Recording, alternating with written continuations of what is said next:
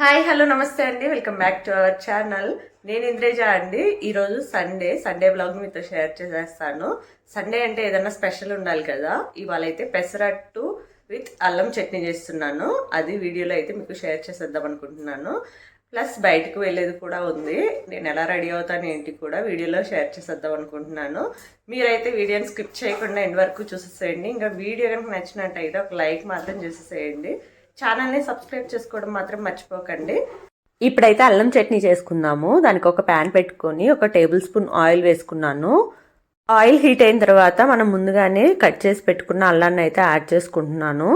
అల్లంని నీట్గా క్లీన్ చేసుకొని తొక్క తీసేసి ఇలా ముక్కలుగా కట్ చేసి యాడ్ చేసుకోవాలి. అల్లంలోని పచ్చిదనం పోయేంత వరకు ఇలాగా ఆయిల్ అయితే ఫ్రై చేసుకుందాము.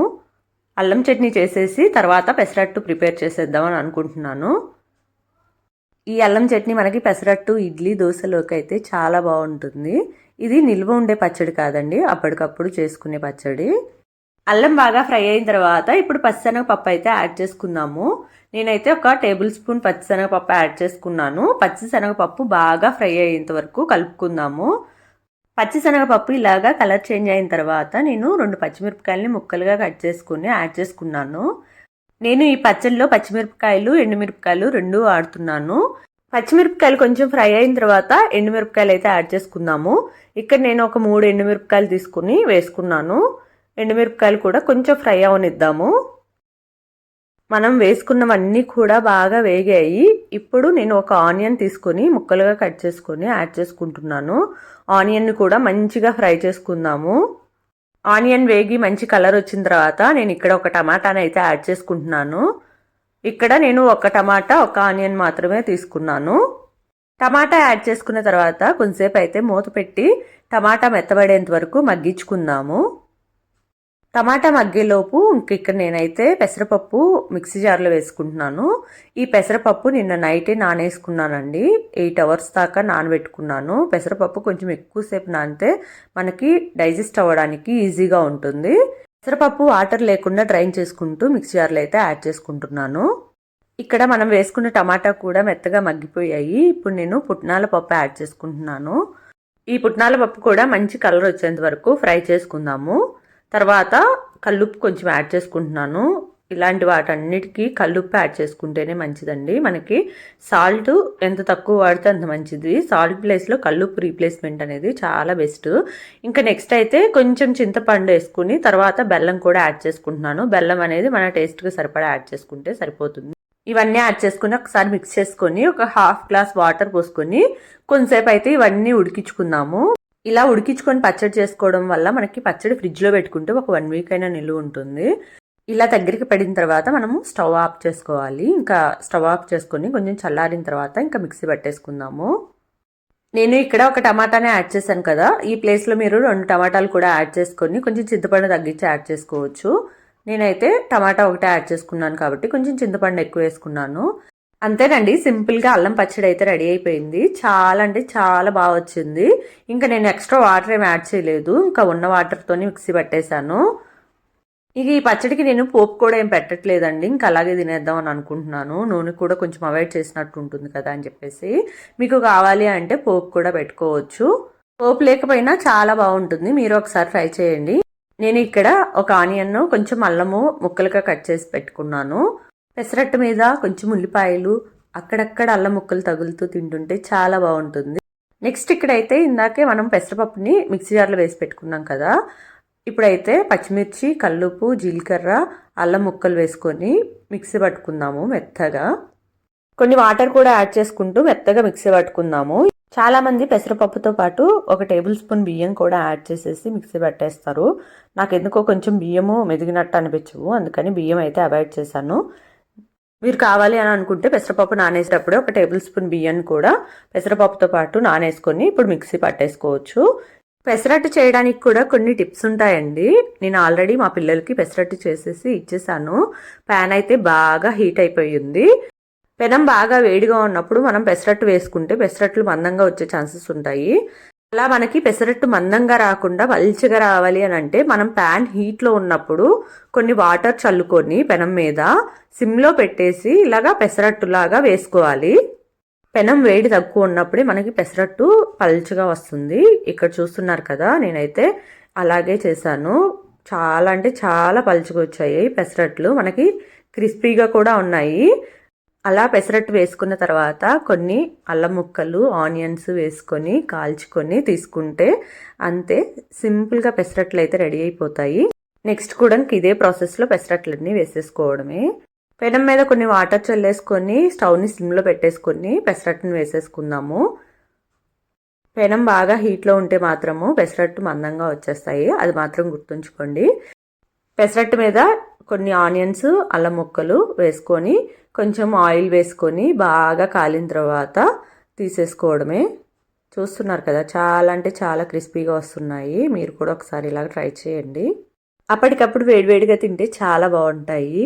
ఒకవైపు చేస్తున్నప్పుడే తినేస్తే చాలా క్రిస్పీగా ఉంటాయి, లేకపోతే కొంచెం గట్టిగా అవుతాయి. నెక్స్ట్ ఇక్కడైతే మాకు తెలిసిన వాళ్ళ గృహప్రవేశము, అక్కడికే వచ్చాము. సత్యనారాయణ స్వామి వ్రతం జరుగుతుంది. ఇంకా అక్కడైతే లోపల చాలా రష్గా ఉంది. ఇంకా అక్కడ వీడియో అయితే తీయలేదు. ఇంకా కిందకు వచ్చేసి ఇంకా ఫుడ్ అయితే తింటున్నాము. తినేసిన తర్వాత మళ్ళీ ఇల్లు చూడడానికి పైకి అయితే వెళ్ళాము. ఫస్టే ఇల్లు చూద్దామని అనుకుంటే సత్యనారాయణ స్వామి వ్రతం జరిగేటప్పుడు అందరూ కూర్చొని ఉన్నారు కదా, అసలు వీలవ్వలేదు చూడడానికి. ఇంకా అందుకే తినేసి మళ్ళీ వెళ్ళాము. ఇల్లు అయితే ఇంటీరియర్ చాలా బాగా చేయించారండి, నాకు బాగా నచ్చింది.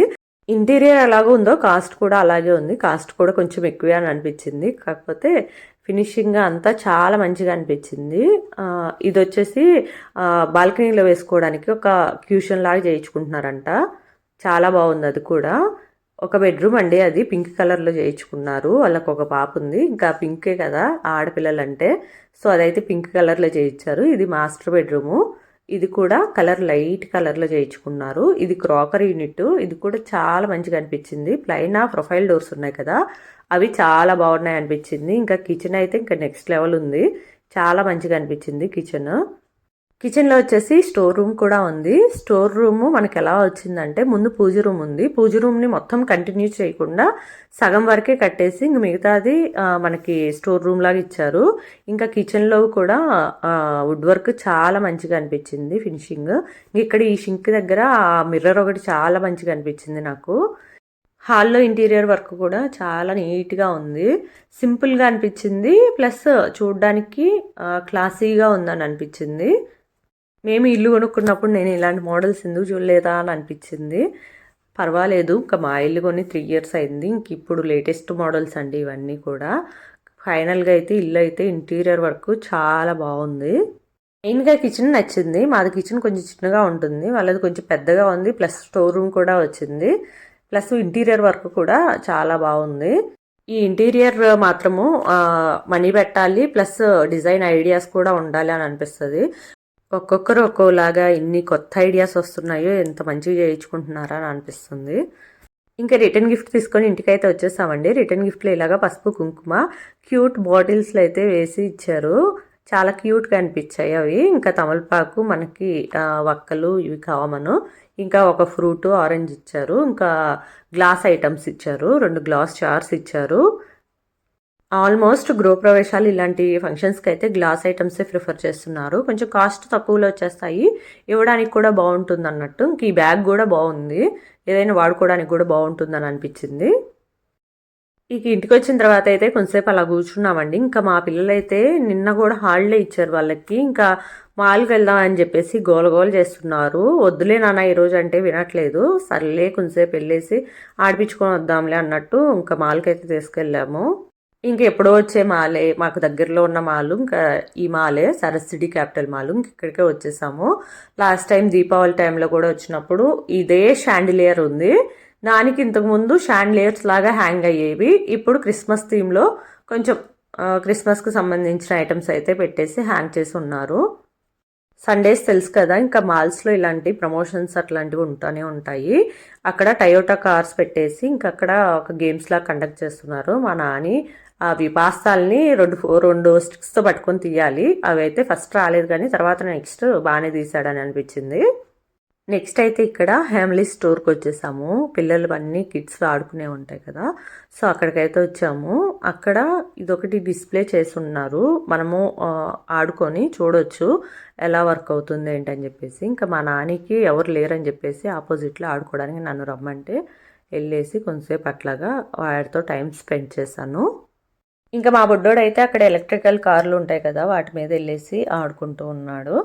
అవేమి స్టార్ట్ అవ్వవు, ఓన్లీ అట్లా స్టీరింగ్ తిప్పుకుంటూ వాడు చేస్తూ ఉన్నాడు. ఇదేనండి ఇవాళకి నా వీడియో అయితే. ఈ వీడియో మీకు ఎలా అనిపించిందో కామెంట్ సెక్షన్స్లో షేర్ చేసేసేయండి. వీడియో నచ్చినట్టయితే ఒక లైక్ కూడా చేయండి.